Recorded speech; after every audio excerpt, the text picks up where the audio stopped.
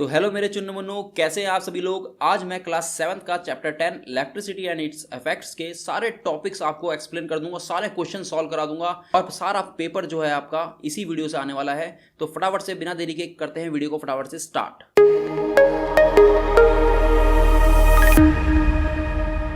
तो सबसे पहले आपको पता होना चाहिए इस चैप्टर में आपने क्या क्या पढ़ना है।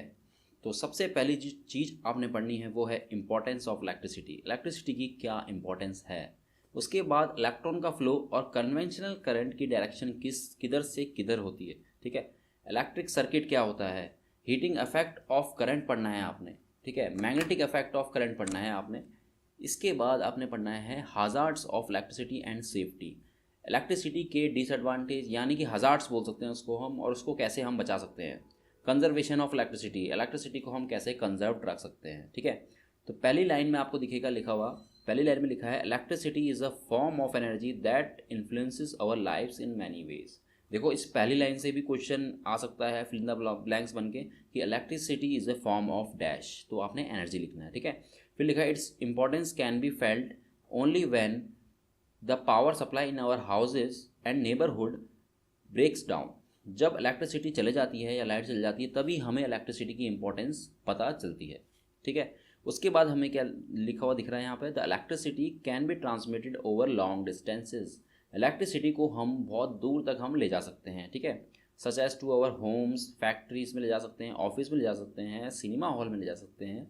ठीक है, with the help of wires, wires की हेल्प हमें चाहिए होगी। ठीक है, think of what life would be without electric bulbs, fans, television, refrigerator, washing machine and computers. आप इमेजिन कीजिए अगर आपके पास टेलीविज़न नहीं होता, रेफ्रिजरेटर नहीं होता, वॉशिंग मशीन नहीं होती, तो आप क्या सही से जीवन काट पाते अपना? नहीं काट पाते ना। बिना कंप्यूटर के काम चल जाता आपका, बिना रेफ्रिजरेटर के क्या आप पानी, ठंडा पानी पी पाते? टेलीविज़न, बिना टेलीविज़न के आप टाइम पास कर लेते? कहीं नहीं कर पाते। ठीक है, तो हमारा जो इलेक्ट्रिसिटी है वो मेजर बहुत इंपॉर्टेंट रोल प्ले करता है हमारी लाइफ में। फिर है इलेक्ट्रिक करंट के बारे में हमें पढ़ना होगा। इसमें हमें सबसे पहली लाइन में दिख रहा है when an object made of glass और प्लास्टिक इज रब्ड विद वुल और silk then these objects acquire a property of attracting small objects as a bits of paper and hair. The bodies are said to be charged or electrified. ठीक है, जैसे आप अगर hand को भी रब करोगे ना, अगर मैं हाथ को भी रब करूँगा तो इसमें चार्जेस आ जाएंगे कुछ। ठीक है, या आपने बचपन में किया होगा, एक स्केल को आप अपने हेयर में रब करोगे, उसके बाद उस स्केल को आप छोटे छोटे पेपर के पास ले जाओगे तो पेपर चिपकने लग जाएंगे उसमें। और वो क्यों हो रहा है? क्योंकि स्केल में, पेपर में, दोनों में चार्जेस आ चुके हैं। ठीक है, तो किसी भी दो चीज़ को अगर हम रब करते हैं तो उनमें चार्ज आ जाता है और हम कह सकते हैं कि बॉडी इज़ चार्ज्ड। ठीक है, it is called electric current, it's SI unit is ampere. ठीक है, उन दोनों में चार्ज आ जाता है और चार्ज की वजह से जब हम उनको जोड़ते हैं तो उनमें चार्ज का फ्लो होने लग जाता है। एक में चार्ज ज़्यादा, एक में चार्ज कम, बट दोनों में टोटल चार्ज जो है वो कंजर्व रहते हैं। टोटल चार्ज जो है टोटल चार्ज हमारा जीरो रहेगा। एक में पॉजिटिव चार्ज आएगा, एक में नेगेटिव चार्ज आएगा। ठीक है, तो पॉजिटिव जो टर्मिनल रहता है उससे नेगेटिव टर्मिनल में चार्ज फ्लो करते हैं और इसी को हम बोलते हैं क्या? Flow of current. ठीक है, और इलेक्ट्रिक करंट की SI यूनिट होती है एम्पेयर। एम्पेयर, इसको याद रखना। ठीक है, ये क्वेश्चन बन सकता है, what is the SI unit of electric current, तो आपने क्या लिखना है? एम्पेयर। उसके बाद नेक्स्ट लाइन में लिखा है we know about conductors and insulators. तो कंडक्टर्स में आपके फ्री इलेक्ट्रॉन्स होते हैं, वेरियस इंसुलेटर में आपके फ्री इलेक्ट्रॉन्स नहीं होते, इसी की वजह से वो इलेक्ट्रिसिटी कंडक्ट नहीं करता है। ठीक है, तो इस लाइन को आप पक्का यहाँ पर टिक मार लेना। Conductors allow flow of charges और electric current as the atoms of these materials have a large number of free electrons. Conductor के पास फ्री इलेक्ट्रॉन्स होते हैं इसलिए इलेक्ट्रॉन्स का फ्लो होता है उसमें और इलेक्ट्रिक करंट उससे पास कर जाता है। ठीक है, बट इंसुलेटर्स में क्या होता है कि they have no free electrons, hence do not conduct electricity. Hence we can say that the continuous flow of electrons or charges in a particular direction is called electric current. अच्छा, इसकी definition तो अलग लिखी है, but यहाँ पर आपने difference इसका नोट करना है। डिफरेंस क्या नोट करना है? किसके बीच में? कंडक्टर्स और इंसुलेटर्स के बीच में। कंडक्टर्स इलेक्ट्रिसिटी कंडक्ट करते हैं बट इंसुलेटर नहीं करते। फिर रीज़न पूछेंगे, conductor have free electrons but insulator does not have free electrons. ठीक है, उसके बाद इलेक्ट्रिक करंट की डेफिनेशन क्या बनेगी? फ्लो ऑफ इलेक्ट्रॉन्स और charges in a particular direction is called electric current. क्या बोला मैंने? Flow of charges flow of charges with respect to time भी आएगा वैसे इसमें, ठीक है। सबसे बढ़िया आप ऐसे लिखना, rate of flow of charges is called electric current और इलेक्ट्रिसिटी, ठीक है। ये आगे भी आपके एक्सरसाइज में क्वेश्चन आएगा, तो इसको नोट कर लेना। इसके बाद नेक्स्ट है हमारे पास, both insulators and conductors are important and have equal utility value because every conductor needs to be insulated in some form. अगर हमारे पास कंडक्टर है उसमें फ्री इलेक्ट्रॉन्स है, अगर इलेक्ट्रॉन को हम टच करेंगे तो इलेक्ट्रॉन की जो करंट इलेक्ट्रॉन की वजह से फ्लो हो रहा है वो हमारे बॉडी में आएगा और बॉडी से वो हार्ट में जाएगा और हार्ट डैमेज हो सकता है इलेक्ट्रिक करंट की वजह से और हमारी डेथ हो सकती है। इसीलिए हमें कंडक्टर को इंसुलेट करना पड़ता है एक रबर बॉडी से, ठीक है। आपने देखा होगा वायर में रबर रहता है बाहर, ताकि आपको करंट ना लग सके। तो रबर है उसमें इंसुलेटर और अंदर जो वायर्स हैं वो है कंडक्टर, ठीक है। समझ में आ गया। अब बढ़ते हैं नेक्स्ट टॉपिक में। नेक्स्ट टॉपिक है how does electricity move. Electricity कैसे मूव होती है भाई, तो फटाफट से आओ जानते हैं इसको, लाइन बाय लाइन हम पढ़ेंगे। From the electric charge point of view the number of protons in an atom is equal to the number of electrons. तो ये लाइन भी आपकी इंपॉर्टेंट हो गई, ठीक है। किसी भी एटम में उतने ही इलेक्ट्रॉन्स होते हैं जितने उसमें प्रोटॉन्स होते हैं। Number of protons is equals to number of electrons in any atom. तो एक क्वेश्चन आपका ये बन गया। उसके बाद लिखा है the atom as a whole is electrically neutral. Atom क्या होता है, न्यूट्रल होता है, ठीक है। क्यों होता है, क्योंकि जितने इसमें पॉजिटिव वाले प्रोटॉन्स हैं उतने ही नेगेटिव वाले इलेक्ट्रॉन्स हैं। तो जितना पॉजिटिव उतना ही नेगेटिव और दोनों कैंसिल आउट हो गए और आपको जो एटम है वो मिलेगा न्यूट्रल, ठीक है। फिर नेक्स्ट है it is possible for electrons to become detached from their atoms in a body. देखो एटम्स होता कैसे, एटम ऐसा होता है हमारा, इलेक्ट्रॉन्स के बाहर घूमता है, प्रोटॉन अंदर न्यूक्लियस से बंधा होता है, तो बेचारा प्रोटॉन बाहर नहीं निकल पाता। बट इलेक्ट्रॉन जो है लूजली बाउंड होता है, इस इलेक्ट्रॉन को हम निकाल सकते हैं बाहर, ठीक है। इस इलेक्ट्रॉन को जब हम निकालते हैं तो बॉडी की किसी भी बॉडी के पास इलेक्ट्रॉन की कमी हो जाती है और जब इलेक्ट्रॉन की कमी हो जाती है तो उस पर आ जाता है पॉजिटिव चार्ज, क्योंकि उसने दिया है किसी को, वो पॉजिटिव हो जाता है। जैसे आप भी किसी की मदद करेंगे तो आप पॉजिटिव हो जाएंगे कि नहीं हो जाएंगे, वैसे ही आप याद रख सकते हैं अगर एटम ने लूज़ किया इलेक्ट्रॉन तो उस पर आ जाएगा पॉजिटिव चार्ज, ठीक है। On the other hand if a body gains extra electrons it acquires a net negative charge. तो इस लाइन को भी आप याद रखना, ठीक है। When the electrons is detach from their atoms in a body so then net positive charge is acquired by atom, ठीक है। उसके बाद अगर इलेक्ट्रॉन उसने गेन कर लिया है कोई भी तो उस पर नेगेटिव चार्ज आ जाएगा, ठीक है। और एक और एक्स्ट्रा बात है कि कोई भी पॉजिटिव चार्ज का एटम होता है उसको बोलते हैं हम कैटायन और नेगेटिव चार्ज का जो एटम होता है उसको बोलते हैं हम अनायन, ठीक है। ये है कहानी कैटायन और अनायन की जो आपने आगे बड़ी क्लासों में पढ़ना है, ठीक है। उसके बाद एक्टिविटी हम कर नहीं रहे फिलहाल, आगे देखते हैं। The electric current is generated when electrons are in excess in an electrified object and are free to move towards where charge is less, ठीक है। अब देखो किसी एटम के पास ज़्यादा चार्ज होगा, किसी ने गेन किया होगा, किसी ने लूज़ किया होगा, तो किसी के पास ज़्यादा चार्ज है, किसी के पास कम चार्ज है। तो ज़्यादा चार्ज वाला जहाँ पर ज़्यादा चार्ज है और जहाँ पर कम चार्ज है, तो जहाँ पर सपोज दैट पानी की मदद से आपको समझाता हूँ। सपोज दैट यहाँ पर आपका पानी ज़्यादा है, पानी का लेवल ज़्यादा है, ठीक है। उसके बाद यहाँ पर जो है इसकी हाइट कम है, इसमें पानी कम है, हाइट भी कम है। फिर यहाँ से हमने पाइप लगाया, ठीक है, और यहाँ पर लगा दी पाइप, ठीक है। इसकी हाइट ज़्यादा है इसलिए पानी यहाँ से फ्लो होगा इधर, ठीक है। ऐसे ही होता है चार्ज में भी, ठीक है। पहली बात मैंने आपको ये बताई कि अगर किसी भी एटम से एक इलेक्ट्रॉन निकल जाता है तो वो बन जाता है पॉजिटिवली चार्ज्ड और इसको बोलते हैं हम कैटायन, ठीक है। उसके बाद अगर इलेक्ट्रॉन ऐड हो जाता है तो उस पर आता है नेगेटिव चार्ज, ठीक है, और यहाँ पर कुछ नहीं रहेगा, ठीक है। और इसको बोलते हैं हम अनायन, पॉजिटिव चार्ज और नेगेटिव चार्ज। आपको समझ में आया। इसके बाद अगर चार्ज सपोज यहाँ पर ज़्यादा है, ठीक है, हम जैसे ये है हमारे पास बैटरी, ये बैटरी है, यहाँ पर पॉजिटिव चार्ज है, यहाँ पर नेगेटिव चार्ज है। पॉजिटिव मतलब वहाँ पोटेंशियल ज़्यादा है, ठीक है। पोटेंशियल क्या होता है वो भी बताऊँगा मैं आपको, ठीक है। तो हमारा जो करंट है हायर पोटेंशियल से, ये पॉजिटिव मतलब है हायर पोटेंशियल, क्या है हायर पोटेंशियल ऐसा समझ सकते हैं। यहाँ पर चार्ज क्या है ज़्यादा है और नेगेटिव वाला जो टर्मिनल है वहाँ पर क्या है लोअर पोटेंशियल, ठीक है। वहाँ पर चार्ज क्या है कम है, ठीक है। तो हमारा पॉजिटिव से जाता है करंट नेगेटिव की तरफ, कन्वेंशनल करंट, ठीक है, कन्वेंशनल करंट।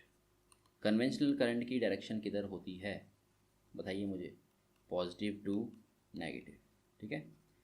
इलेक्ट्रॉन्स की डायरेक्शन किधर होती है, तो इलेक्ट्रॉन्स हमारा फ्लो करता है नेगेटिव टू पॉजिटिव, ठीक है। इलेक्ट्रॉन हमारा फ्लो करता है नेगेटिव टू पॉजिटिव, और हमारा जो करंट है वो किधर करता है हमारा मूव, पॉजिटिव टू नेगेटिव। तो ये सिंपल सी बात है, आपको इसको याद रखना होगा, ठीक है।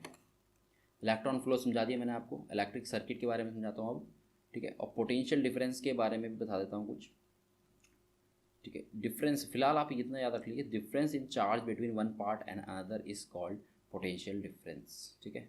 डिफरेंस, अगर आपके पास पोटेंशियल डिफरेंस की डेफिनेशन आ गई तो आपने बताना है कि difference in charge between one part and another part is called potential difference. But ये डेफिनेशन जो है आगे जाके आगे चेंज होगी जब आप 10th क्लास में पहुँचेंगे, ठीक है। उसके बाद है जो पोटेंशियल डिफरेंस है वो किससे नापते हैं, पोटेंशियल डिफरेंस हम नापते हैं वोल्ट मीटर से, ठीक है। और उसके बाद जो हमने करंट पढ़ा था, करंट किससे नापते हैं हम, करंट मेजर करने का डिवाइस क्या होता है, एम मीटर, ठीक है, एम मीटर याद रखेंगे। ये भी एक बहुत इंपॉर्टेंट क्वेश्चन बन चुका है आपके लिए। इसके बाद है इलेक्ट्रिक सर्किट। इलेक्ट्रिक सर्किट क्या होता है, एक वायर लेनी है, हमने फ्यूज़ लेना है, फ्यूज़ तो नहीं सॉरी रेजिस्टेंस लेना है, की लेनी है, बल्ब लेना है, ठीक है। इन सबको जोड़ देना है एक वायर से, और उसी चीज़ को हम बोलेंगे इलेक्ट्रिक सर्किट, ठीक है। तो इलेक्ट्रिक सर्किट की अगर डेफिनेशन आगे तो कैसे लिखेंगे, an electric circuit is an arrangement through which electric current flows in a conductor when it is connected to a source of electricity. It is represented by a circuit diagram using standard symbols. तो ये तो इसकी एक definition है, ठीक है। तो हमारा जो इसके लिए इजी डेफिनेशन भी बना सकते थे हम इलेक्ट्रिक सर्किट के लिए, ठीक है। तो इसमें आप ऐसे लिखेंगे, the wire connecting all devices such as bulbs, switch and resistances together is called electric circuit, ऐसे लिख सकते हैं, ठीक है।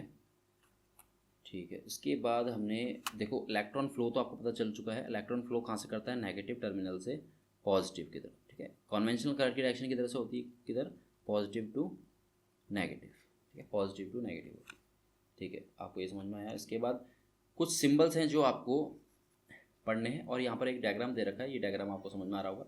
ये बैटरी है, बैटरी का जो बड़ा वाला हिस्सा होगा ना, बड़ी वाली जो लाइन होगी वो पॉजिटिव होगा, ठीक है। जो छोटी वाली लाइन होगी वो क्या होगी, नेगेटिव, छोटी वाली लाइन क्या होगी, नेगेटिव, ठीक है। तो पॉजिटिव से आपका जो करंट है वो कहाँ जा रहा है, नेगेटिव में। इलेक्ट्रॉन कहाँ फ्लो हो रहे हैं, इलेक्ट्रॉन फ्लो हो रहे हैं आपके पीछे, ठीक है, नेगेटिव से पॉजिटिव, ठीक है। इलेक्ट्रॉन आपका नेगेटिव से पॉजिटिव जा रहा है, ठीक है। उसके बाद कुछ सिंबल्स हैं जो आपको याद रखने हैं इलेक्ट्रिक सेल के, ठीक है। सबसे पहला इलेक्ट्रिक सेल का ही है, तो इलेक्ट्रिक सेल का आपको यहाँ पर डायग्राम जो दिख रहा है आपको सामने दिख रहा होगा, एक स्टिक, उसके बाद छोटी स्टिक, छोटी लाइन, ठीक है। जो बड़ी लाइन है वो रिप्रेजेंट करती है कि पॉजिटिव टर्मिनल है, और जो छोटी लाइन है वो रिप्रेजेंट करती है ये है नेगेटिव टर्मिनल, ठीक है। और सीरीज़ में कनेक्ट हैं सेल, और पैरेलल में, ये सेल पैरेलल में कनेक्ट है, ठीक है। और बल्ब ऑन अगर है तो उसको ऐसे दिखाना पड़ेगा, बल्ब का डायग्राम आप ऐसे बनाएंगे, ऐसे करके, ऐसे फिर गोला, ठीक है।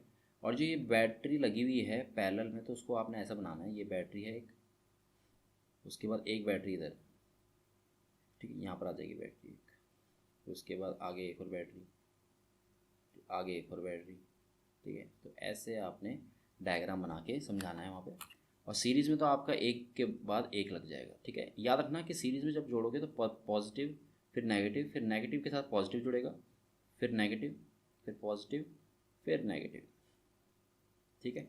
तो ये सब चीज़ का आपने ध्यान रखना है, ठीक है। आगे चलते हैं।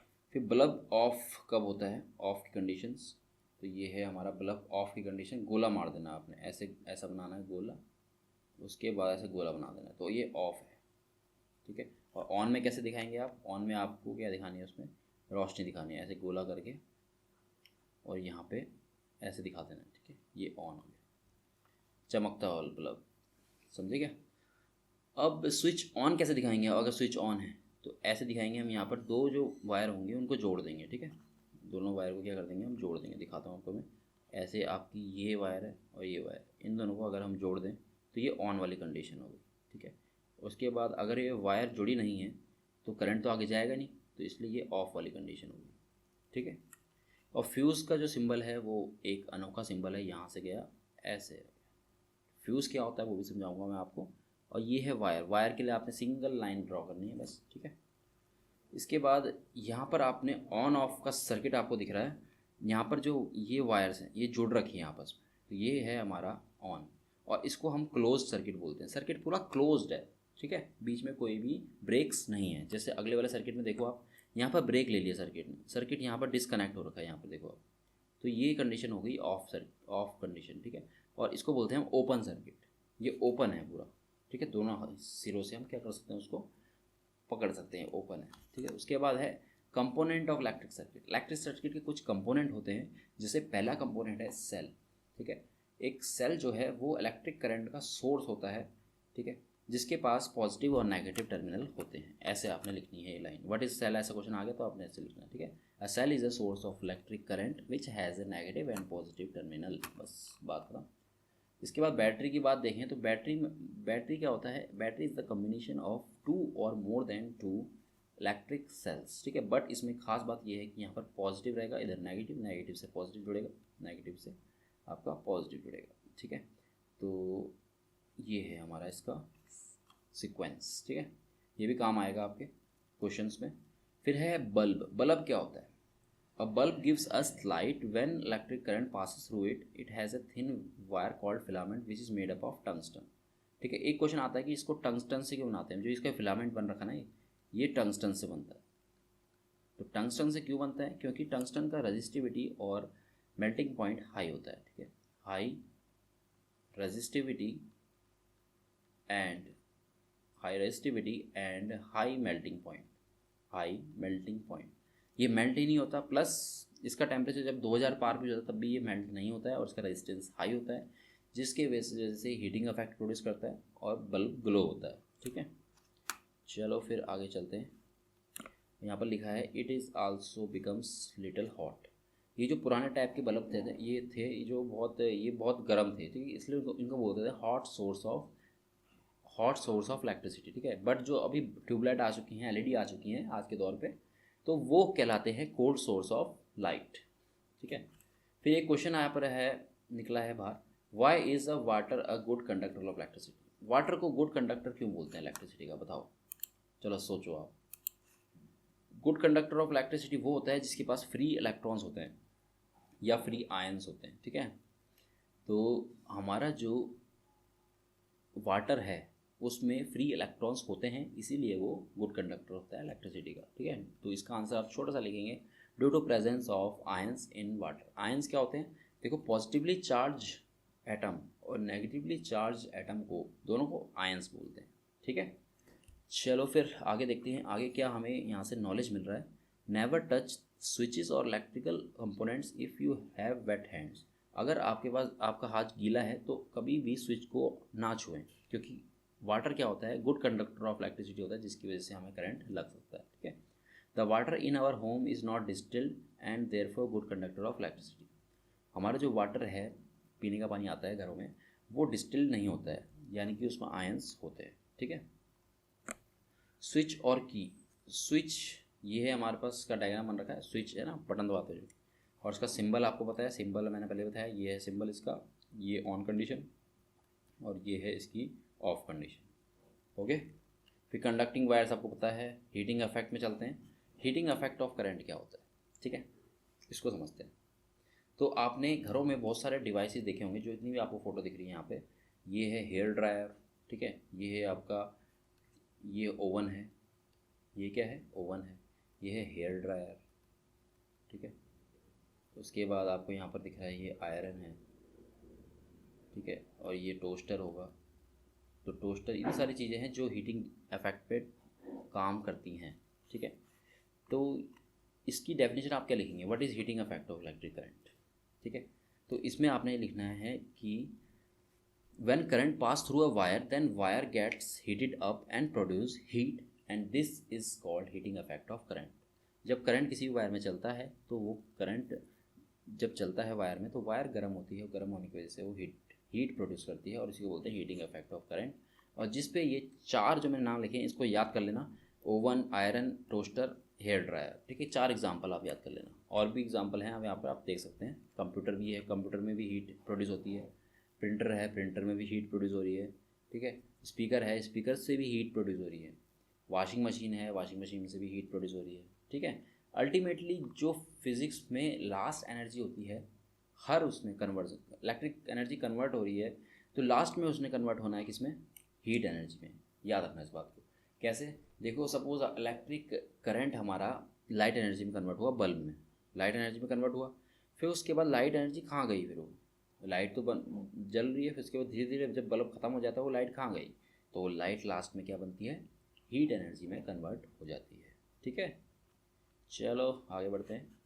तो ये पॉइंट आपका नेक्स्ट जो है क्वेश्चन, ये इंपॉर्टेंट आ चुका है। All heating appliances must consist primarily 2 parts, ठीक है। सारे हीटिंग डिवाइस में 2 चीज़ें जो हैं वो इम्पॉर्टेंट होनी चाहिए, ठीक है। इनका होना ज़रूरी है अगर हमें कोई भी हीटिंग डिवाइस बनाना है। पहला क्या है? एक रेजिस्टेंस लेना है called filament which is coiled length of nichrome wire. अब नाइक्रोम क्या होता है? नाइक्रोम अलॉय होता है, ठीक है, याद रखना। अलॉय का अलॉय क्यों लेते हैं हम? क्योंकि उसका रेजिस्टेंस हाई होता है। This wire has high resistivity and high melting point, ठीक है। रेजिस्टिविटी मतलब होता है कि करंट को कितना वो अपोज कर सकता है, ठीक है। और जितना रेजिस्टिविटी ज़्यादा होती है बॉडी की, उतना ज़्यादा वो हीट ज़्यादा प्रोड्यूस करेगी, ठीक है। फिर नेक्स्ट पॉइंट ये है कि the insulating base made of fire clay, Mika, asbestos in which the filament is embedded, these materials are also able to withstand high temperature of the filament and are non-conductors of electricity। आपने देखा होगा heater जब बनता है, heater में आपने देखा होगा नाइक्रोम वायर यूज़ होती है। जो वायर यूज़ हुई है इसमें वो नाइक्रोम वायर है, वो रेड हो जाती है जब उसको जलाते हैं। प्लस एक चीज़ और आपने देखी होगी कि उसमें एक वाइट सा एक इंसुलेटर लगा रहता है जिस पे वो वायर फोल्ड रहती है, ठीक है। तो वो इंसुलेटर होता है हमारा इंसुलेटिंग बेस। क्या होता है वो? Insulating base. और इस इंसुलेटिंग बेस का जो मेल्टिंग पॉइंट होना चाहिए वो हमारा ज़्यादा होना चाहिए ताकि ये मेल्ट ना हो, ठीक है। अगर हम प्लास्टिक रख देंगे, सपोज प्लास्टिक के ऊपर मैंने नाइक्रोम वायर रख दी और नाइक्रोम वायर तो गर्म हो गई, गर्म होने के बाद प्लास्टिक तो पिघल जाएगा क्योंकि उसका मेल्टिंग पॉइंट बहुत कम होता है। तो इसीलिए हमारा जो इंसुलेटिंग बेस है जिस पे हमने वायर को रखा है उसका मेल्टिंग पॉइंट भी ज़्यादा होना चाहिए, ठीक है। तो ये 2 कंडीशन थी। 2 कंडीशन क्या है हीटिंग डिवाइस बनाने के लिए? पहला, हमें ऐसा मटेरियल यूज़ करना है जिसकी रेजिस्टिविटी हाई हो, मेल्टिंग पॉइंट भी हाई होना चाहिए, क्योंकि अगर मेल्टिंग पॉइंट हाई नहीं होगा तो जल्दी वो मेल्ट हो जाएगा, वो तो खुद ही पिघल जाएगा, तो हमको क्या गर्म करेगा वो, ठीक है। और दूसरा, इंसुलेटिंग बेस होना चाहिए, और इंसुलेटिंग बेस का भी जो मेल्टिंग पॉइंट है वो ज़्यादा होना चाहिए, ठीक है, ताकि वो टेम्परेचर ज़्यादा टेम्परेचर को होल्ड कर सके, ठीक है। इसके बाद हमें इन्फॉर्मेशन मिल रही है स्मार्ट इको फ्रेंडली बल्ब्स की, ठीक है। जो भी जितने भी एलईडी बल्ब होते हैं हमारे, ये स्मार्ट होते हैं, इको फ्रेंडली होते हैं, ठीक है, क्योंकि ये ज़्यादा हीट प्रोड्यूस नहीं करते और इसीलिए ये ज़्यादा इलेक्ट्रिसिटी कंज्यूम नहीं करते, और इलेक्ट्रिसिटी का जो आपका बिल है वो बच सकता है इन बल्ब से। और एलईडी की फुल फॉर्म जो है क्या है? लाइट इमिटिंग डायोड, ठीक है। ये क्या करते हैं? 75% लेस एनर्जी यूज़ करते हैं, ठीक है। उसके बाद बात करते हैं हम इलेक्ट्रिक बल्ब की। तो इलेक्ट्रिक बल्ब में आता है आपका एक टंगस्टन, और उसके बाद कुछ गैस रहती हैं आर्गन और नाइट्रोजन गैस, ठीक है, जो बल्ब के अंदर के एटमॉस्फेयर को इनर्ट रखती हैं, यानी कि कोई भी जो वहाँ पर गैस आ रही है वो एक अपना मिक्सचर ना बनाए, ठीक है, ताकि रिएक्ट ना करें आपस में, ठीक है। तो ये जो टंगस्टन है इसकी क्या खासियत रहती है, ठीक है। बल्ब की आप डेफिनेशन भी याद कर लेना। The electric bulb consist of a coiled filament made of tungsten in sealed glass bulb filled with mixture of nitrogen and argon, ठीक है। और इनका जो प्रेशर है वो लो होना चाहिए, एट लो प्रेशर। तो इसमें आपके 2 क्वेश्चन निकल के आ रहे हैं कि what is the property of tungsten used in electric bulb. जो हमारा टंगस्टन है उसका मेल्टिंग पॉइंट क्या होना चाहिए? हाई होना चाहिए, हाई रेजिस्टेंस होना चाहिए, हाई मेल्टिंग पॉइंट होना चाहिए, ठीक है। The advantage of using tungsten filament is that it has very high resistance, high melting point and does not oxidise. ये ऑक्सीडाइज भी नहीं होता है, ठीक है। ऑक्सीडाइज मतलब जंक लगना, जंक लग जाएगा ना ऑक्सीडाइज होकर, तो फिर वो सही से हीट प्रोड्यूस करेगा नहीं, ठीक है। और उसके बाद क्वेश्चन आएगा आपके कि आर्गन और नाइट्रोजन क्यों यूज़ करते हैं ग्लोइंग बल्ब में। तो आर्गन और नाइट्रोजन यूज़ करने का ये कारण है ताकि जो बल्ब है पूरा खाली रहे अंदर से, ठीक है, उसमें कोई गैस ना आ जाए, ठीक है। उसके बाद है एलईडी के बारे में कुछ, ठीक है। एलईडी की फुल फॉर्म जैसे मैंने बता दी थी आपको, लाइट इमिटिंग डायोड। उसके बाद क्या लिखा है देखते हैं। The LED bulb produce light by passing electric current passes through microchip which illuminates the small light source. This is called electroluminescence. As no heat is produce LED lights are also called cool lighting. देखो मैंने कहा था आपको पहले भी, ये जो है एलईडी बल्ब्स ये कूल लाइट है, कूल सोर्स या कोल्ड सोर्स ऑफ लाइट बोलते हैं इनको, ठीक है। उसके बाद कुछ चीज़ें और दे रखी है हमें, नॉलेज हमें दे रखी है कि 10 volt bat bulb produce the same light output as 60 watt incandescent bulb. Incandescent bulb means जो हमारा टंगस्टन यूज़ करते हैं, जो बल्ब पुराने ज़माने के थे, ठीक है, उस बल्ब का 60 वाट का बल्ब और एलईडी का 10 वाट का बल्ब सेम अमाउंट जो है लाइट की प्रोड्यूस करेगा, ठीक है। और उसके बाद जो एलईडी बल्ब है वो 50,000 घंटे तक चलते हैं, बट जो हमारा सिंपल बल्ब है वो 2000 घंटे तक चलता है, ठीक है। तो आप कौन सा बल्ब लेना चाहेंगे, तो मुझे कमेंट करना पक्का, आप इनकैंडेसेंट या ओल्ड बल्ब लेंगे या एलईडी बल्ब लेंगे, ठीक है, एक बार फटाफट से कमेंट करना मुझे। उसके बाद है अगला topic electric fuse. Electric fuse क्या होता है, इसको हम बारीकी से समझते हैं क्योंकि बहुत सारे बच्चों को समझ में नहीं आता है, ठीक है। देखो सपोज़ हमारे पास यहाँ से करंट आ रहा है पावर से, ठीक है, पावर सप्लाई हमारे घर में पावर सप्लाई हो रही है, ठीक है। यहाँ पर आपके लगे रहेगी फ्यूज़ वायर,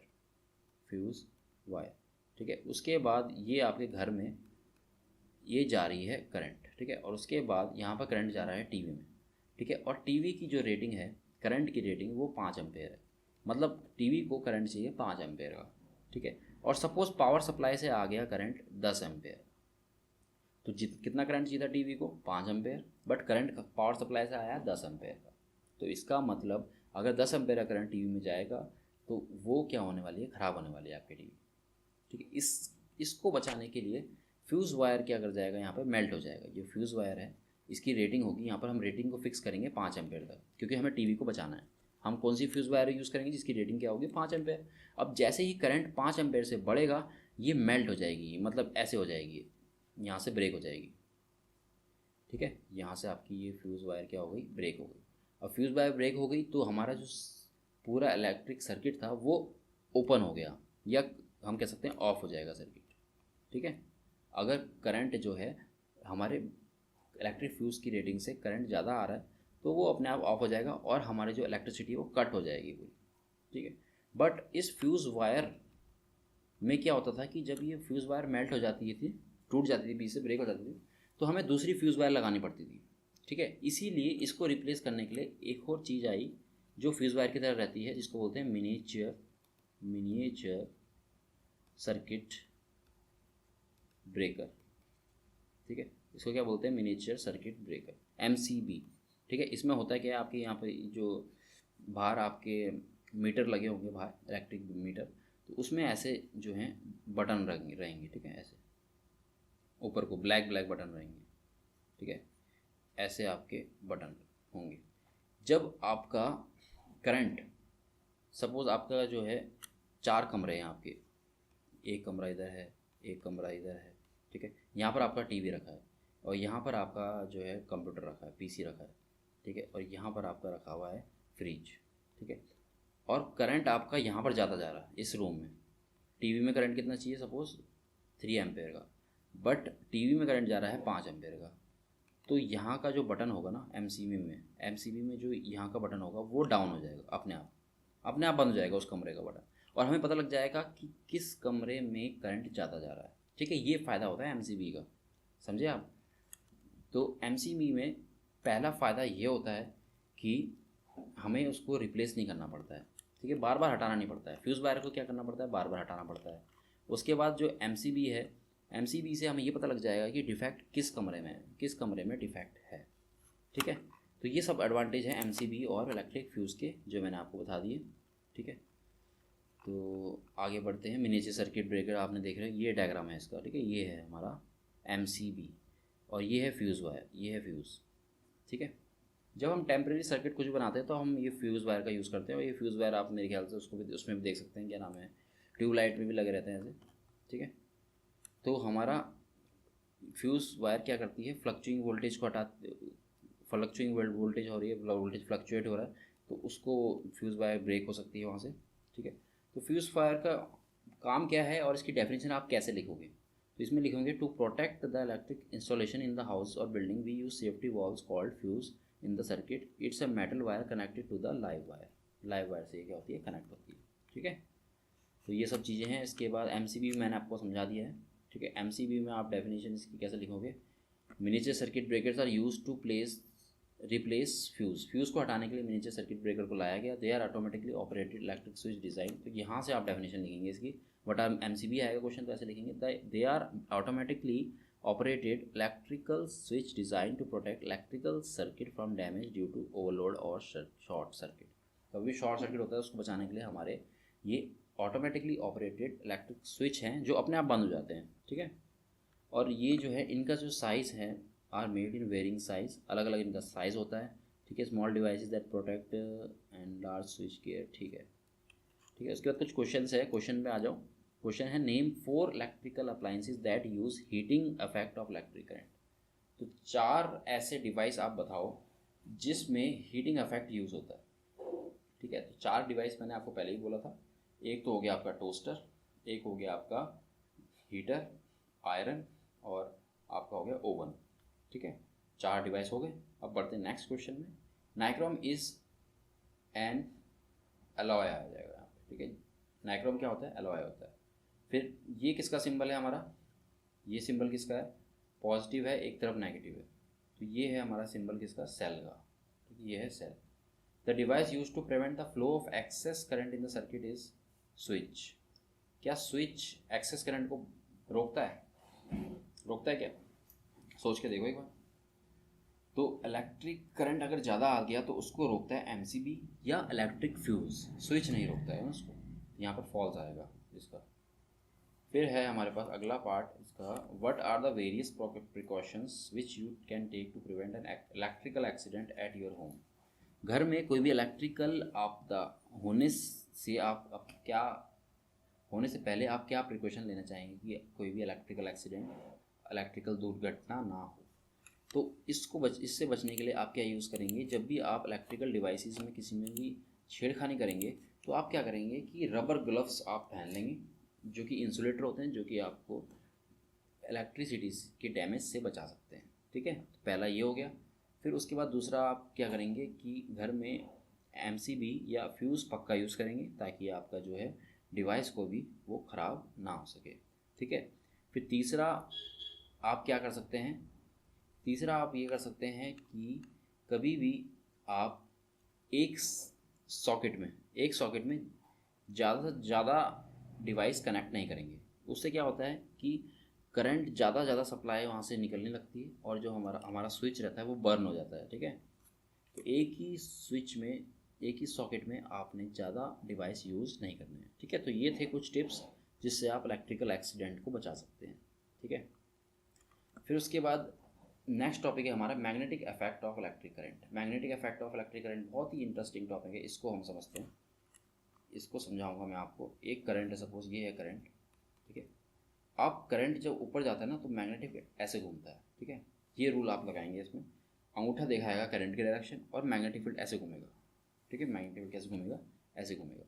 और ये सबसे पहले किसने डिस्कवर किया था, किसने ऑब्जर्व किया था, हैंस क्रिश्चियन ओरेस्टेड।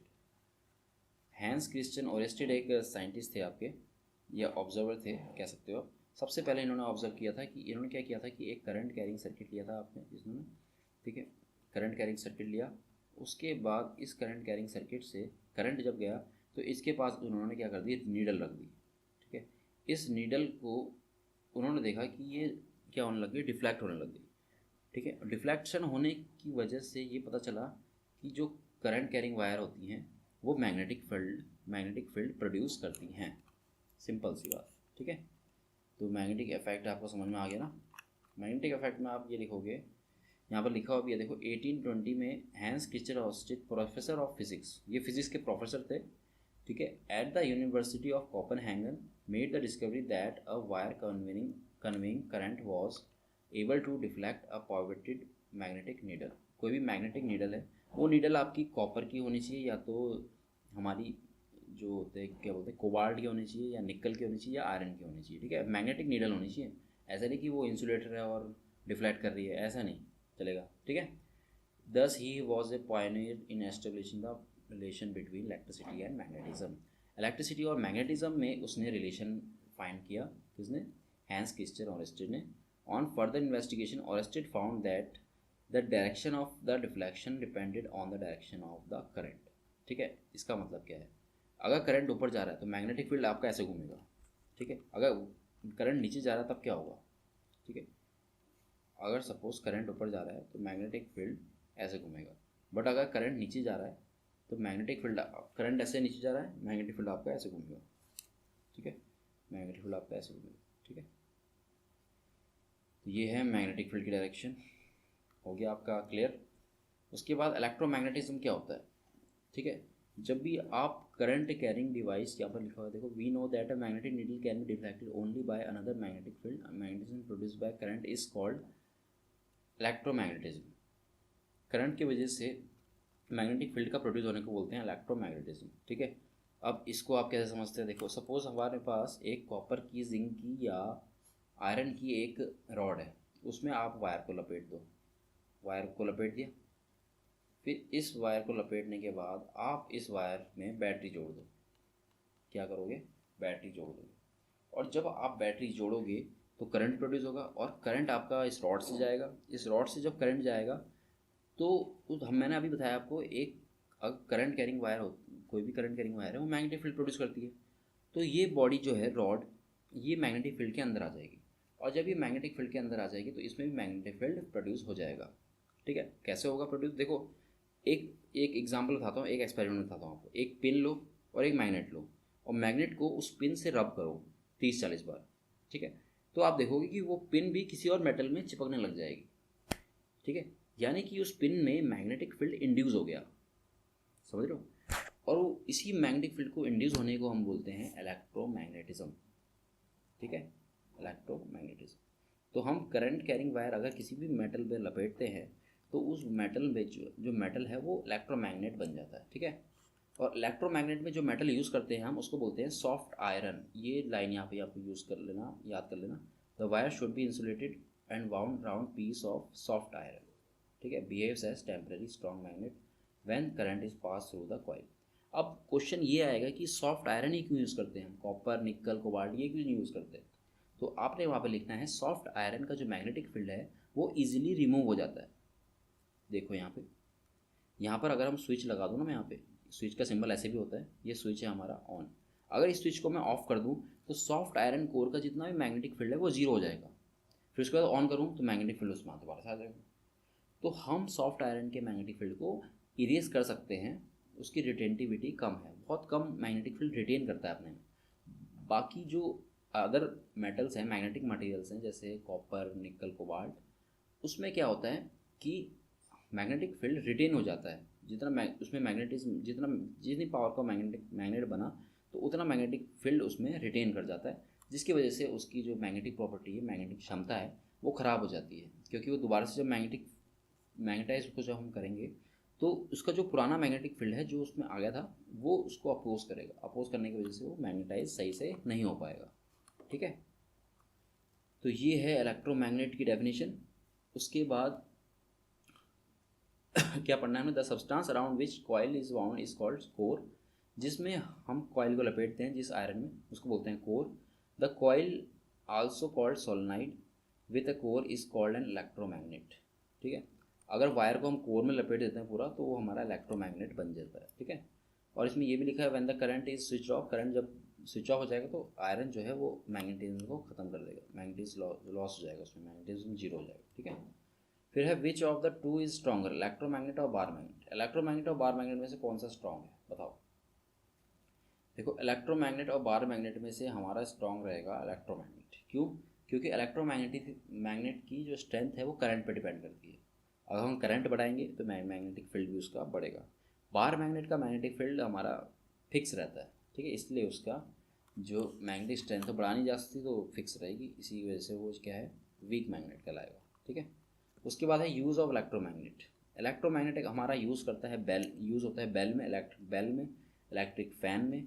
ठीक है, इलेक्ट्रिक फ़ैन में आपका यूज़ हो जाएगा, इलेक्ट्रिक मोटर में भी यूज़ होता है ये इनफैक्ट। ठीक है, तो यूज़ आप ये लिख देना शॉर्टकट में कि इलेक्ट्रिक बेल में आपका यूज़ होता है, यहाँ पर लिखा है देखो, इलेक्ट्रिक बेल्स में यूज़ होता है, टेलीफोन्स में, ट्रांसफार्मर, इलेक्ट्रिक मोटर में। उसके बाद लिखा है electromagnetic separators are used for separating magnetic substances from non magnetic substances in various industries. जैसे आपके पास सपोज गार्बेज है और गार्बेज से आपने मेटल के पीस को अलग करना है, तो आप इलेक्ट्रोमैग्नेट उस गार्बेज के पास ले जाएंगे, जितना भी मैग्नेटिक चीज़ें होंगी वो चिपक जाएंगी और गार्बेज अलग हो जाएगा। सेपरेट करने के लिए भी यूज़ होता है इसका मतलब, ठीक है। Powerful electromagnets are attach to large cranes to lift very low heavy loads of iron and other magnetic substances use commonly in shipyards. Shipyards में हमें बड़ी बड़ी चीज़ों को अगर उठाना है तो हम मैग्नेट के ज़रिए उसको क्या करते हैं, उठा सकते हैं, ठीक है। फिर उसके बाद है इलेक्ट्रिक बेल। इलेक्ट्रिक बेल हमारा जो किस प्रिंसिपल पर डिपेंड करता है, इलेक्ट्रोमैग्नेटिज्म, ठीक है। यहाँ पर आपको दिख रहा होगा मैग्नेट, ठीक है, यहाँ पर आपको मैग्नेट दिख रहा होगा। जब हम क्या करेंगे, यहाँ पर से स्विच ऑन करेंगे, स्विच ऑन करेंगे तो मैग्नेटिक फील्ड इसमें इंड्यूस हो जाएगा, ठीक है। और मैग्नेटिक फील्ड इंड्यूस होने की वजह से यहाँ पर जो है ये हैमर आपका मूव करने लग जाएगा ऐसे, ठीक है। और ये बेल को क्या करने लग जाएगा, बजाने लग जाएगा। तो इसकी थ्योरी भी आप ले सकते हैं इलेक्ट्रिक बेल की। इलेक्ट्रिक बेल में आप ऐसे लिखना, when the switch is closed, question ऐसा आएगा कि what is the working of electric bell, ठीक है। तो उसमें आप ऐसे लिखना, when the switch is close current flows through the winding of the electromagnet causing the soft iron to get attracted to it, when the soft iron bar is pulled towards the electromagnet, the hammer is attached to it hits the gong of the bell and produces sound, thus causes to it ring, ठीक है। ये इसकी working हो गई, ठीक है। तो आपको यहाँ दिख रहा होगा सॉफ्ट आयरन बार, ठीक है। सॉफ्ट आयरन बार में क्या होता है कि जब हमारा स्विच ऑन हुआ तो इलेक्ट्रोमैग्नेट में जितना भी मैग्नेटिक फील्ड है उसकी वजह से वो उसको ऊपर वाली जो आर्म है उसको खींचेगा नीचे, ठीक है। हैमर क्योंकि एक मैग्नेटिक मटेरियल है, उसको नीचे खींचेगा, ठीक है। और वो नीचे खींचेगा तब वो अपोजिट फोर्स लगाएगा जिसकी वजह से वो गोंग में टकराएगा और हमारी जो बेल है वो बच जाएगी, ठीक है ना। तो इलेक्ट्रिक बेल किस पे डिपेंड करता है, हमारा इलेक्ट्रोमैग्नेटिज्म, ठीक है ना। यहाँ पर देख सकते हैं आप डायग्राम यहाँ से बना सकते हैं। उसके बाद है हमारा next topic hazards of electricity. Electricity के क्या हज़ार्ड्स हैं, क्या इसके नुकसान हैं, वो हम देखते हैं, ठीक है। अगर हम किसी भी वायर को टच करेंगे तो उससे हमें डेंजरस शॉक पड़ सकता है। As water can conduct electricity, it is extremely dangerous to touch electrical appliances with wet hands. गीले हाथ से हम कभी भी अगर वायर को टच करते हैं तो हमें क्या पड़ता है, एक शॉक पड़ता है। Fuse wire of specified thickness should be use in fuse boxes. Fuse wires जो है एकदम फिक्स्ड रेटिंग के होने चाहिए, फिक्स थिकनेस के होने चाहिए, ताकि हमारे जितने भी अप्लायंसेस है वो बच सकें, ठीक है। तो 3-4 हज़ार्ड्स आपको पढ़ने हैं इसमें।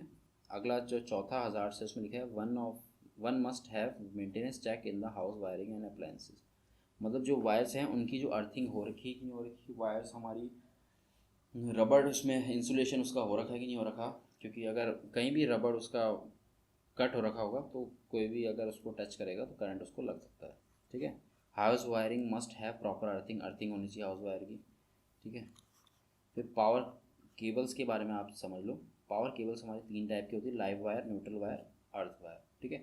तो लाइव वायर आपकी रहेगी रेड, न्यूट्रल वायर आपकी रहती है ब्लैक और अर्थ वायर रहती है आपकी ग्रीन, ठीक है। ये 3 टाइप की वायर है। इन 3 टाइप वायर में आपने पढ़ना है लाइव वायर के बारे में। तो इलेक्ट्रिक करंट सप्लाई होता है हमारा लाइव वायर की वजह से and it returns through the neutral wire. तो इलेक्ट्रिक करंट आपका गया लाइव वायर से और न्यूट्रल वायर उसको क्या करेगी, वापस लाएगी, ठीक है। ऐसे आपका सर्किट प्रॉपर कंप्लीट हो गया। बट एक थर्ड वायर भी होती है, जैसे 3 प्लग आपको दिख रहा होगा, 3 प्लग आपको ये दिख रहा होगा, ठीक है। इसमें एक वायर रहेगी आपकी लाइव वायर, एक रहेगी न्यूट्रल वायर, एक वायर रहेगी आपकी अर्थिंग वायर, ठीक है। तो अर्थ वायर से होता क्या है, अर्थ वायर जो है does not carry any current. Earth wire में करंट नहीं होता है, ठीक है। सपोज हमारा अगर सपोज इलेक्ट्रिक आयरन है ना, ये है इलेक्ट्रिक आयरन, ये इलेक्ट्रिक आयरन है आपका, ठीक है। तो ये इलेक्ट्रिक आयरन जो है आपका, इसमें आप देखेंगे कि अगर कोई भी इसमें एक्स्ट्रा करंट रहता है, कोई भी अगर एक्स्ट्रा करंट है इसमें, ठीक है। तो एक्स्ट्रा करंट पे होता क्या है, इस एक्स्ट्रा करंट को हटाने के लिए हम यूज़ करते हैं अर्थ वायर। कौन सी वायर, अर्थ वायर, ठीक है। जितना भी एक्स्ट्रा करंट है वो हट जाता है वहाँ से, ठीक है। उसके बाद है कंजर्व इलेक्ट्रिसिटी। इलेक्ट्रिसिटी को कैसे कंजर्व कर सकते हैं। Each one of us has responsibility to prevent misuse of electricity by developing proper habits. Electricity को हम बचा सकते हैं ना, जैसे देखो आप कभी भी घर में बैठे हुए हैं, ठीक है, और विंडो से आपकी लाइट आ रही है, इनफ लाइट है, उजाला हो रखा है, ठीक है, तो वहाँ पर आपने लाइट जला रखी है, तो कुछ फ़ायदा थोड़ा ना उस लाइट का, लाइट को बचा सकते हो ना आप, तो बचाओ। और बेफालतू में सपोज आपने कंप्यूटर चला रखा है, कंप्यूटर चला के आप छोड़ गए, तो वो भी आपका इलेक्ट्रिसिटी वेस्टेज में आ जाएगा, तो उसको कम कीजिए, ठीक है। फिर लिखा है put off all electrical appliances when not in use. सारे इलेक्ट्रिक अप्लायंसेस को बंद कर दो जब वो उनका यूज़ है ही नहीं, ठीक है। जैसे आप घर से चले गए, लाइट जला के छोड़ के आ गए, तो इलेक्ट्रिसिटी का क्या हो रहा है, वहाँ पे नुकसान हो रहा है, ठीक है। Encourage use of LED lightings. जो पुराने वाले बल्ब हैं उनको आज से ही निकाल दीजिए और कबाड़ में बेच दीजिए और एलईडी बल्ब का यूज़ कीजिए, ठीक है ना, क्योंकि वो कम एनर्जी यूज़ करते हैं, आपका बिल भी कम आएगा। फिर थिंक एंड आंसर पे चलते हैं। A magnet when suspended freely aligns itself in the dash direction.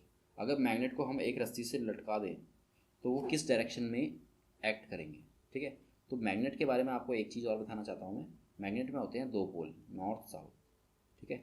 तो जब भी हम किसी भी मैग्नेट को एक रस्सी से लटका देते हैं, ठीक है, तो वो नॉर्थ साउथ डायरेक्शन में एक्ट करते हैं, ठीक है। तो हम यहाँ लिखेंगे नॉर्थ साउथ डायरेक्शन। फिर है electromagnets gets magnetized permanently. Electromagnets जो है परमानेंटली मैग्नेटाइज हो जाते हैं। तो इलेक्ट्रोमैग्नेट में मैग्नेटिज्म तब तक रहता है जब तक उसमें करंट है, ठीक है। और करंट अगर उसमें हटा दें हम तो उसका मैग्नेटिक फील्ड खत्म हो जाएगा, तो यहाँ पर आएगा फॉल्स, ठीक है। परमानेंटली नहीं होते, टेम्पररली मैग्नेटाइज होते हैं, ठीक है। थर्ड क्वेश्चन है name two household appliances where electromagnets are used. दो हाउस होल्ड के बारे में बताओ, दो हाउस होल्ड अप्लायंसेस के बारे में बताओ जिसमें इलेक्ट्रोमैग्नेट्स यूज़ होते हैं। तो सबसे पहला आपका रहेगा electric fan, electric motor, electric bell, फिर ट्रांसफार्मर, ठीक है। ये चार चीज़ें हैं, चार में से आप कोई भी चीज़, दो चीज़ लिख सकते हैं। फिर नेक्स्ट क्वेश्चन है name two magnetic substances other than iron. Iron को छोड़ के अलग मैग्नेटिक सब्सटेंस बताओ।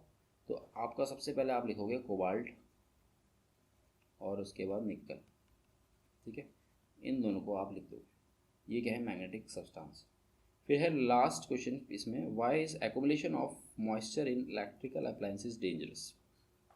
मॉइस्चर का होना डेंजरस क्यों है, क्योंकि मॉइस्चर में आयंस होते हैं और मॉइस्चर क्या होता है, गुड कंडक्टर ऑफ इलेक्ट्रिसिटी होता है, जिसकी वजह से हमें कभी भी शॉक लग सकता है, ठीक है। इसीलिए मॉइस्चर क्या हो सकता है, डेंजरस हो सकता है, ठीक है। अब बढ़ते हैं हम एक्सरसाइज के क्वेश्चंस में। ये आपका क्विक रिव्यू, ये पूरे चैप्टर का समरी है, इसको आप लर्न कर सकते हैं। प्लस यहाँ पर कुछ साइंस जो आपकी विसिनिटी में है, जो आप यूज़ करते हैं डेली, तो आप इसको क्या कर सकते हैं, यहाँ पे से देख सकते हैं। जो जैसे आपका सेल फ़ोन है, सेल फ़ोन बैटरी आप यूज़ कर रहे हैं, व्हीकल आप यूज़ कर रहे हैं, मोबाइल यूज़ कर रहे हैं, इंडक्शन स्टोव आप यूज़ कर रहे हैं जिसमें खाना बनाते हैं, तो ये सब जो है इलेक्ट्रिसिटी से ही चलते हैं, इनमें सब में इलेक्ट्रिसिटी ही चल रही है, जिसकी वजह से आप इसको यूज़ करते हैं, ठीक है। फिर लर्निंग आउटकम से आपके पास इस चैप्टर में आपने क्या क्या सीखा, concept of electric current and it's flow in circuit. Electric current कहाँ से कहाँ फ्लो करता है, उसका मतलब क्या होता है इलेक्ट्रिक करंट का, वो आपने सीखा। About electric circuit and components, electric circuit में क्या क्या कंपोनेंट्स होते हैं वो सीखा आपने। उसके बाद आपने सीखा कि effects of electric current such as heating and magnetic effect, में हीटिंग और मैग्नेटिक इफेक्ट आपने सीखा इलेक्ट्रिक करंट के। Application of electric current in daily life, daily life में करंट की क्या वैल्यू है वो आपने सीखा, ठीक है। ठीक है, तो अब पहुंच गए हम एक्सरसाइज में। तो एक्सरसाइज को देखना आप फटाफट, रफ्तार से हम क्वेश्चन को सॉल्व कर देंगे। The sources of electric energy are, फटाफट से सोचो इसके आंसर, मैं भी सोचता हूँ, फटाफट से करते हैं इसको, एक्सरसाइज को complete. The sources of electrical energy are, battery से देखो इलेक्ट्रिकल एनर्जी प्रोड्यूस होती है, सोलर सेल से ही प्रोड्यूस होती है, जनरेटर से भी होती है, तो ऑल ऑफ दिस इसका क्या होगा, आंसर होगा। फिर है if a circuit is open, अगर सर्किट ओपन है तो उसमें करंट नहीं जाएगा, है ना। ओपन मतलब यही तो होता है, ओपन मतलब ऐसा होता है, ये ऐसे, ठीक है। The bulb connected in the circuit does not glow, glow नहीं होगा, ठीक है। फिर है विच symbol is used for switch on, switch on के लिए हम यूज़ करते हैं ये वाला सिंबल, बी वाला, ठीक है। ये तो फ्यूज़ वाला है आपका, और ये है आपका ऑफ कंडीशन, ये वायर है, ओके। बढ़ते हैं अब नेक्स्ट क्वेश्चन में। The electrical energy can be transformed into, electrical energy किस किस चीज़ों में ट्रांसफॉर्म हो सकती है, हीट एनर्जी में ट्रांसफॉर्म हो सकती है जैसे आपका आयरन है, लाइट एनर्जी में ट्रांसफॉर्म हो सकती है जैसे बल्ब है, मैकेनिकल एनर्जी में हो सकती है, ऑल ऑफ दीज। तो ऑल ऑफ दिस ही आएगा इसका आंसर। मैकेनिकल एनर्जी आपको समझ में नहीं आ रहा होगा, तो मैकेनिकल एनर्जी मोटर में यूज़ होती है, ठीक है। जब इलेक्ट्रिक करंट कैरिंग कॉयल को हम रखते हैं ना मैग्नेटिक फील्ड में, तो वो घूमने लग जाता है, और घूमने की वजह से उसमें एनर्जी प्रोसेस होती है मैकेनिकल एनर्जी। तो इलेक्ट्रिकल एनर्जी किस में कन्वर्ट हो गई हमारी, मैकेनिकल एनर्जी में, ठीक है। फिफ्थ क्वेश्चन है tungsten is used as bulb filament because it has. Tungsten हमारा बल्ब फिलामेंट के फॉर्म में यूज़ होता है, क्यों? क्योंकि इसका मेल्टिंग पॉइंट हाई होता है और रेजिस्टिविटी भी हाई होती है। तो इसका मतलब बोथ बी एंड सी इसका क्या रहने वाला है आंसर। एलईडी की फुल फॉर्म क्या है, अगला क्वेश्चन। एलईडी की फुल फॉर्म होती है लाइट इमिटिंग डायोड, तो ए ऑप्शन इसका क्या रहेगा आंसर, ठीक है। और भी चीज़ें हैं हमारे पास, और सेवन्थ क्वेश्चन भी है। When we bring a magnetic compass needle near a current carrying wire, magnetic compass needle को हम करंट कैरिंग वायर के पास लाएंगे तो वो डिफ्लेक्ट होने लग जाएगी ऐसे। किसने कहा था, ऑब्जर्व ऑरेस्टेड ने, ठीक है, हैंस क्रिश्चियन ऑरेस्टेड ने। तो आप क्या लिखेंगे यहाँ पे, it makes the magnetic needle point east west, तो आप लिखेंगे it makes the magnetic needle point north south, it has no effect, ये तो नहीं होगा। It deflects the magnetic needle of the compass, तो डी आप लिखेंगे, ठीक है। डायरेक्शन हम प्रिडिक्ट नहीं कर सकते हैं क्योंकि करंट की डायरेक्शन हमें नहीं दे रखी है, ठीक है। Soft iron core is use in making, soft iron core हमारा इलेक्ट्रोमैग्नेट बनाने के काम आता है। Which equipment is not based on heating effect of electric current, कौन सी इक्विपमेंट हीटिंग इफेक्ट में काम नहीं आती, ठीक है, हीटिंग इफेक्ट से जो नहीं बनती, ठीक है। इलेक्ट्रिक बल्ब हमारा हीटिंग इफेक्ट होता है इसमें, इलेक्ट्रिक आयरन में भी होता है, इलेक्ट्रिक बेल में नहीं होता है। इलेक्ट्रिक बेल में क्या होता है, इलेक्ट्रोमैग्नेटिक इफेक्ट, ठीक है। फिर है a dash diagram makes use of electric symbol, तो सर्किट डायग्राम आएगा। अ circuit diagram makes use of electric symbols and electric current is a flow of, electric current is a flow of, क्या बोलोगे, electric current is a flow of charge बोल सकते हैं, ठीक है, या इलेक्ट्रॉन्स बोल सकते हैं, rate of flow of charge या इलेक्ट्रॉन्स, ठीक है।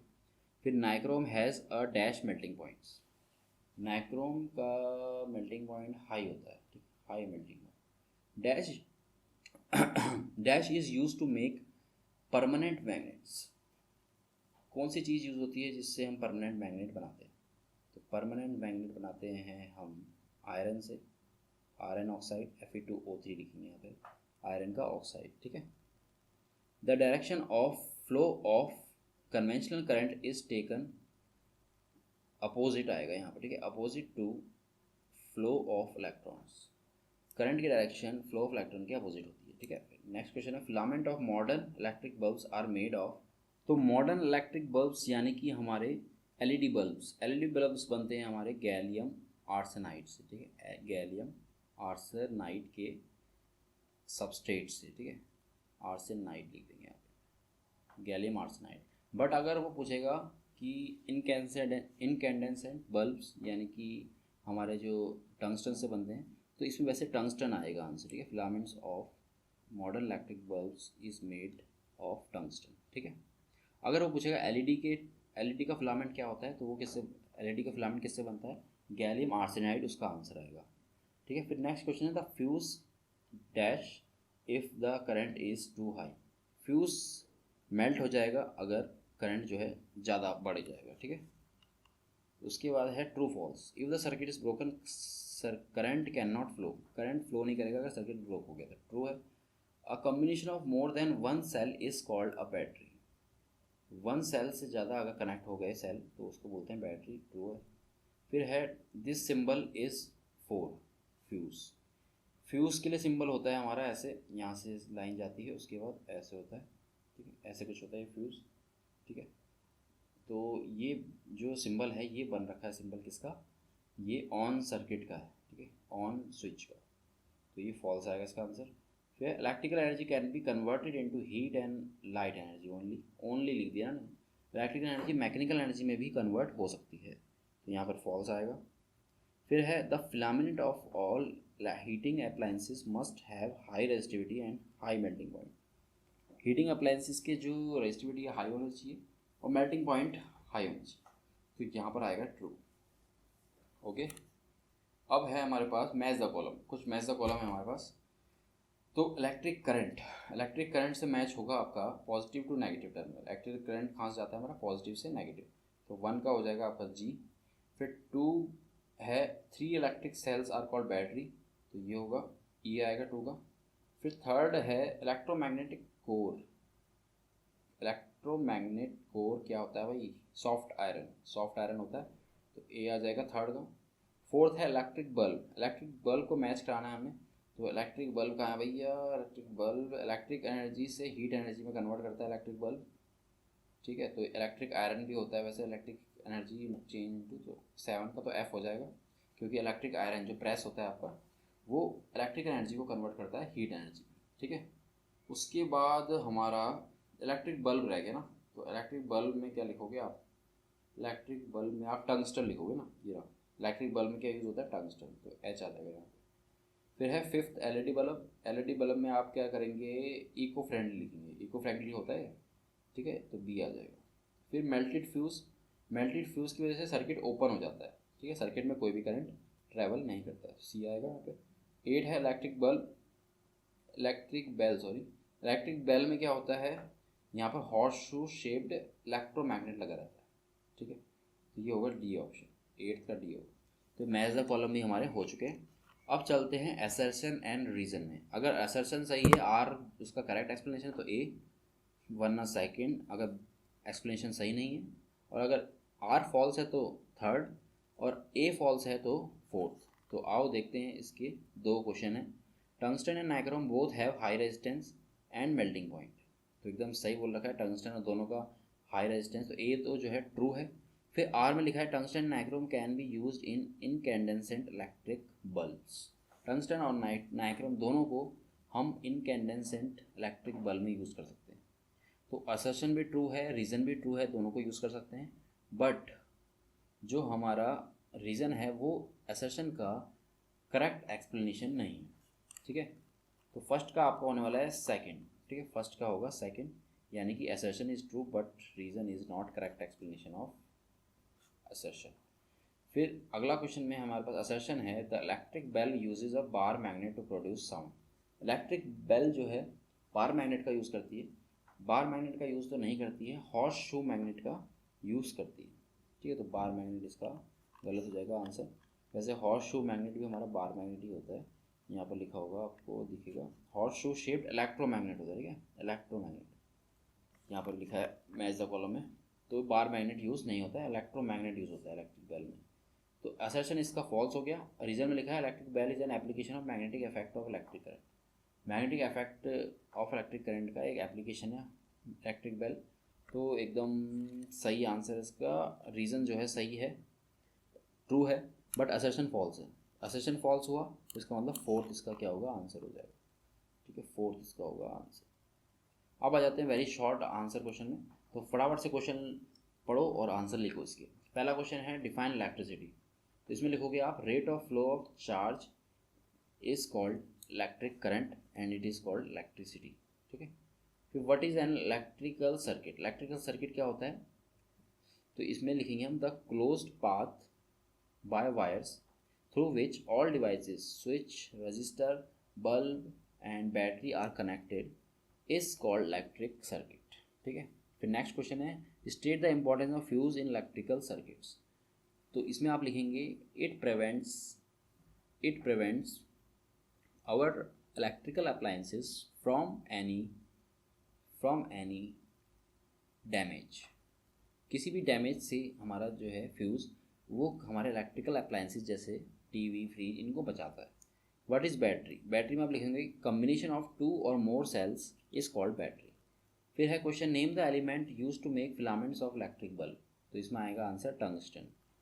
फिर अगला क्वेश्चन है what is an electromagnet. Electromagnet में आप लिखेंगे द कॉइल, लिखो answer, the coil wind up on an core such as soft iron core is called electromagnet। किसी भी सॉफ्ट आयरन कोर में हम वायर को अगर वाइंड अप कर दें तो वो कहलाएगा हमारा इलेक्ट्रोमैग्नेट, ठीक है। फिर शॉर्ट आंसर टाइप क्वेश्चंस हैं differentiate between open circuit and close circuit. Open circuit और क्लोज सर्किट में आपने डिफरेंस लिखना है। ओपन सर्किट में आपका करंट फ्लो नहीं करता है, क्लोज सर्किट में आपका करंट फ्लो करेगा, ठीक है। ओपन सर्किट में आपके पास सिंबल रहेगा कि स्विच का ऐसे, और क्लोज सर्किट में रहेगा ऐसे सिंबल, ठीक है। फिर सेकंड क्वेश्चन है draw a close circuit diagram using symbols use battery as the source of current. एक क्लोज सर्किट डायग्राम बनाना है आपने जिसमें बैटरी को आपने सोर्स बनाना है, ठीक है। तो सिंबल्स आपने बना देने हैं उसमें, और डायग्राम आपका ऐसे बनेगा, ये है आपकी बैटरी, ये है पॉजिटिव, ये है नेगेटिव, और यहाँ पर आपका रहेगा की, तो की रहेगी ऐसी, ठीक है। ये है आपकी की, ठीक है। ये है आपकी बैटरी,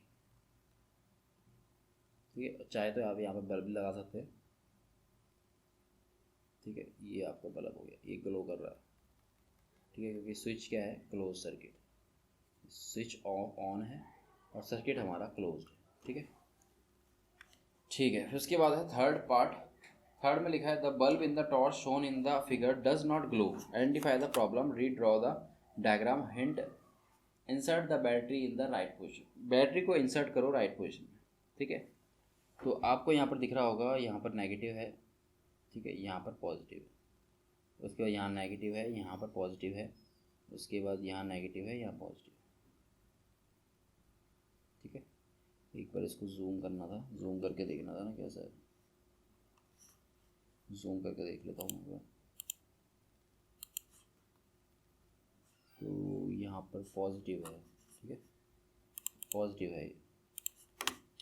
तो एक साइड आपका यहाँ पर पॉजिटिव है, इसको मैं पॉजिटिव कर देता हूँ, और इधर है आपका नेगेटिव, ठीक है। तो रूल इसमें ये है कि पॉजिटिव नेगेटिव से कनेक्ट होना चाहिए, ठीक है। तो हमने जो बीच वाला बैटरी है ना, यहाँ से हम इसको क्या करते हैं, इसका रीड्रॉ कर देते हैं डायग्राम, ठीक है। इसका डायग्राम क्या कर देते हैं, रीड्रॉ। ये हमारे सेल लगे हुए हैं, ठीक है।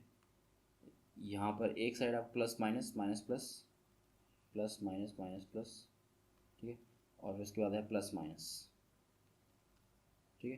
देखो माइनस जो है वो प्लस से कनेक्ट होना चाहिए और प्लस माइनस से कनेक्ट होना चाहिए। तो इस वाले सेल को ना हम ना क्या कर देंगे, फ्लिप कर देंगे, flip left towards from left, left right को हम साइड वाइज फ्लिप कर देंगे इसको ऐसे, ठीक है।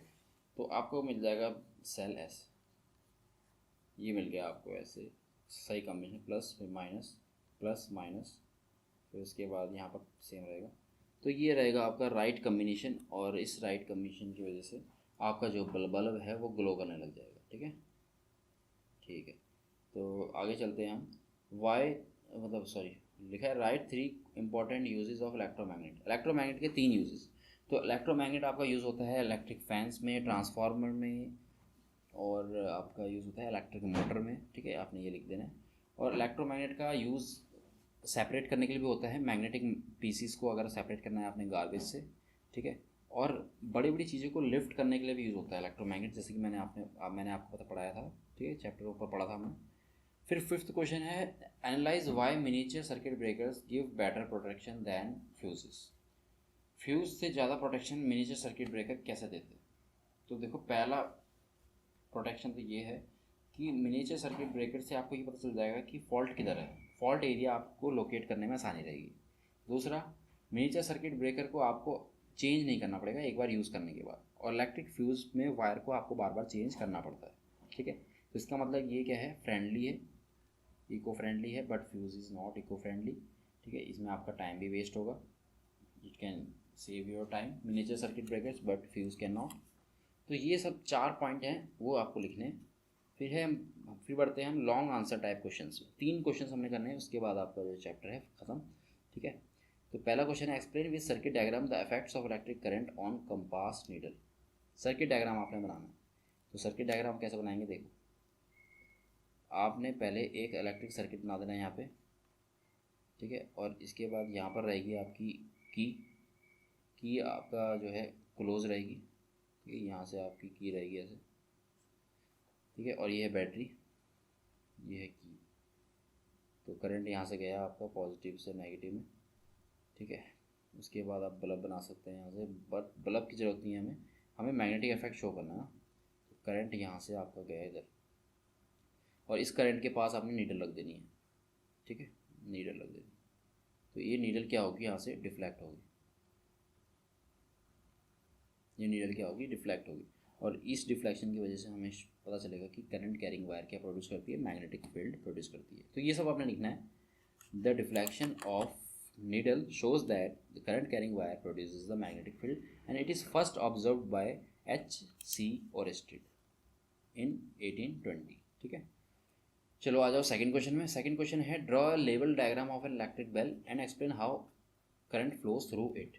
तो ऊपर जाओगे आप वीडियो में, ऊपर मैंने डायग्राम दिखा रखा है आपको इलेक्ट्रिक बेल का, उसकी वर्किंग भी लिखवा रखी है, वर्किंग आपने लिखनी है। ठीक है, फिर थर्ड क्वेश्चन है name any two heating appliances. Heating appliances आप लिखेंगे हीटर, टोस्टर और आपका फ्रिज, कंप्यूटर, स्पीकर, सब हीटिंग डिवाइस है। फिर है explain the use of resistance and insulating base in making such appliances. ठीक है, इंसुलेटिंग बेस कैसा होना चाहिए, तो इंसुलेटिंग बेस जो है मैंने पहले बताया था आपको, उसका मेल्टिंग पॉइंट हाई होना चाहिए और रेजिस्टेंस जो वायर रहेंगी, जैसे नाइक्रोम वायर हम यूज़ करते हैं हीटर में, तो उसका रेजिस्टेंस मेल्टिंग पॉइंट क्या होना चाहिए, हाई होना चाहिए। और ऊपर भी मैंने ऊपर जाओगे आप तो 2 पॉइंट हैं जो होने चाहिए हीटिंग डिवाइसेस में।